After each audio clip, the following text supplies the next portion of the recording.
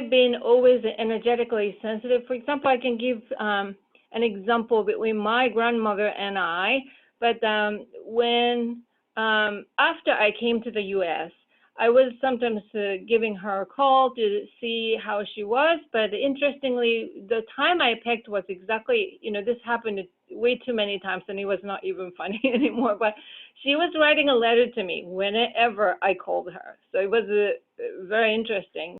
A friend of mine actually got into a terrible accident, and she actually passed away from it, but a couple of years ago, and I immediately knew something happened to one of my friends, and at that time, like I couldn't tell who that was, but I knew that somebody got into a terrible accident.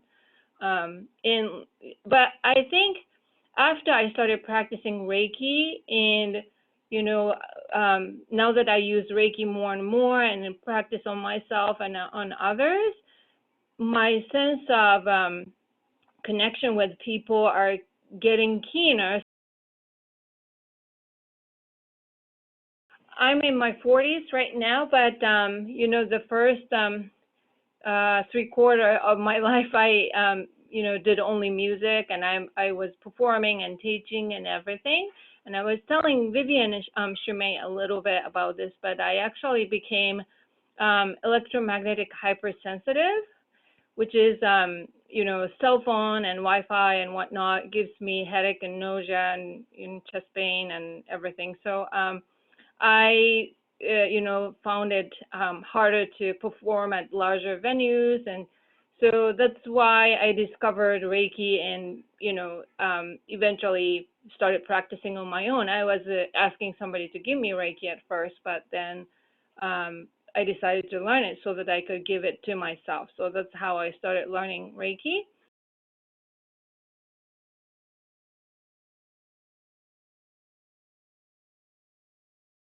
I actually have two different Reiki teachers, and one taught me Western style Reiki, and the other one taught me Jikiden Reiki, which is really close to the original form of Reiki developed in Japan before it came to the US.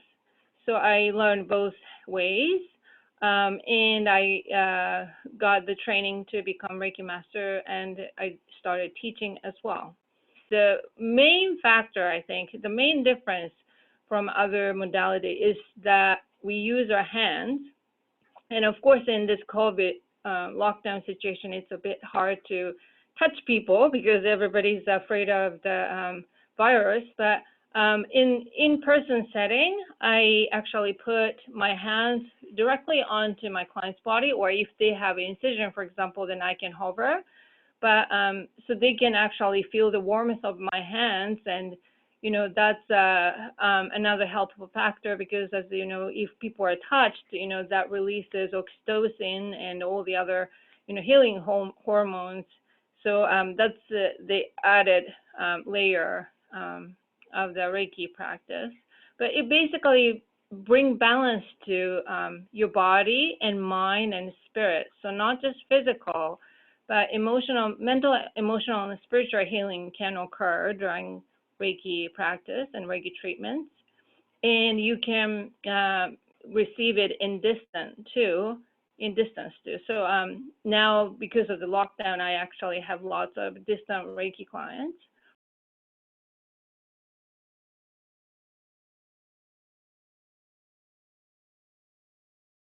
So got certified as an integrative nutrition health coach and also radical remission health coach.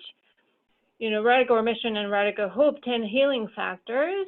And this is not in the order of importance, but I'm just stating what are the 10 factors, the 10 commonalities among the survivors, who beat the odds. And the doctors, some of them were given death sentence, where they were on hospice, or like they had a really dire prognosis and they completely recovered, and these people did these 10 factors. And the author Kelly Turner actually discovered 75 different factors, but not everybody did the same factors, but these common factors were found in every single person who survived, okay? And 3 were physical, and the remaining 7 are mental, emotional, and spiritual.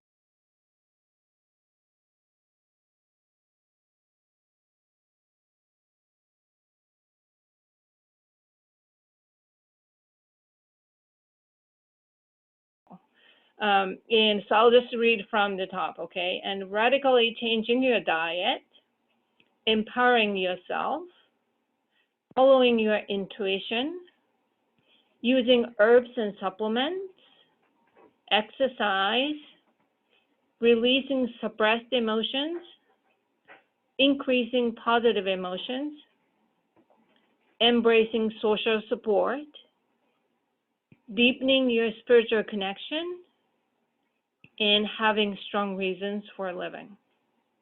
So those are the 10 healing factors. And, so the survivors did all 10 factors, not just 1 or 2, but the people who got over the illness, they did all 10 factors. And this is actually not just true for cancer patients, but in the second book, Radical Hope, Kelly Turner discovered that it actually helps all people with different types of illnesses like Alzheimer's, lupus, or, MS, or, all different kinds of things. So, these factors are individually scientifically proven ways to boost their people's immune system. So it doesn't hurt to incorporate these. It would help people boost their immune system. So just wanted to mention that.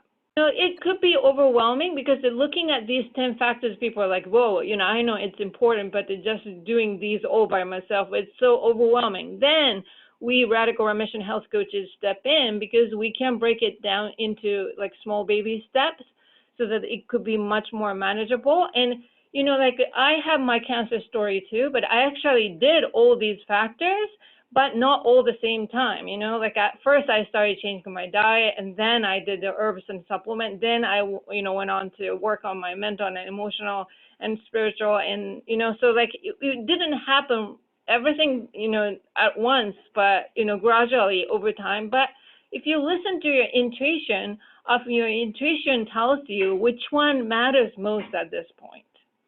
So I think that's very, very important too. Yeah, and also instead of seeing cancer as enemy, many radical remission survivors and radical remission teachers and coaches see it as, cancer is a messenger. It's telling us that something in our body or mind or spirit is out of balance. So it's a message, so it's not necessarily the enemy. So we need to address, the imbalance, and we need to figure out what needs to be, balanced so that our immune system can function optimally, because if things are out of balance, our immune system doesn't work optimally. Often that's the case. Yeah, so, yeah. That's exactly one of the paradigm shifting for our academy, is to treat not just cancer, any symptoms we felt, like what we all discussed today. You have migraine, you have, headache, or you're sensitive to anything. It's all messages. And the traditional way to treat it is just to get rid of the messenger and then silence it and kill it, and we never get to receive the message. So this is what what the healing is. What we're going to do is really to help anyone to appreciating the messenger, even the cancer, even some pain, right? And when we appreciating that, it's just like the post, man was delivering your letters. You wouldn't kick in screaming and you would thank him, and then get your letter, get your package, and open it and see what it is, right? So this because if you think about it, we are equipped with incredible immune system, because if you fall down and scrape your knees and if it starts bleeding, then eventually the bleeding stops and scab forms and it dries up and it heals, right? But we are not consciously doing that. It's all equipped, like automatic, and we are not consciously, like we have to create the scab, we have to, dry it up, or we have to stop, bleeding. We never think that way. It's just that it's built in our system, but if something gets in the way, it doesn't work properly. So that's usually what the case is, when the illness, develops, something is off, Right. usually.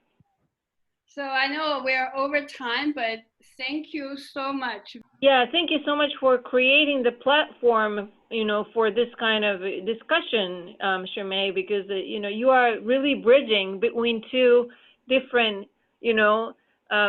healing methods. So I really appreciate it.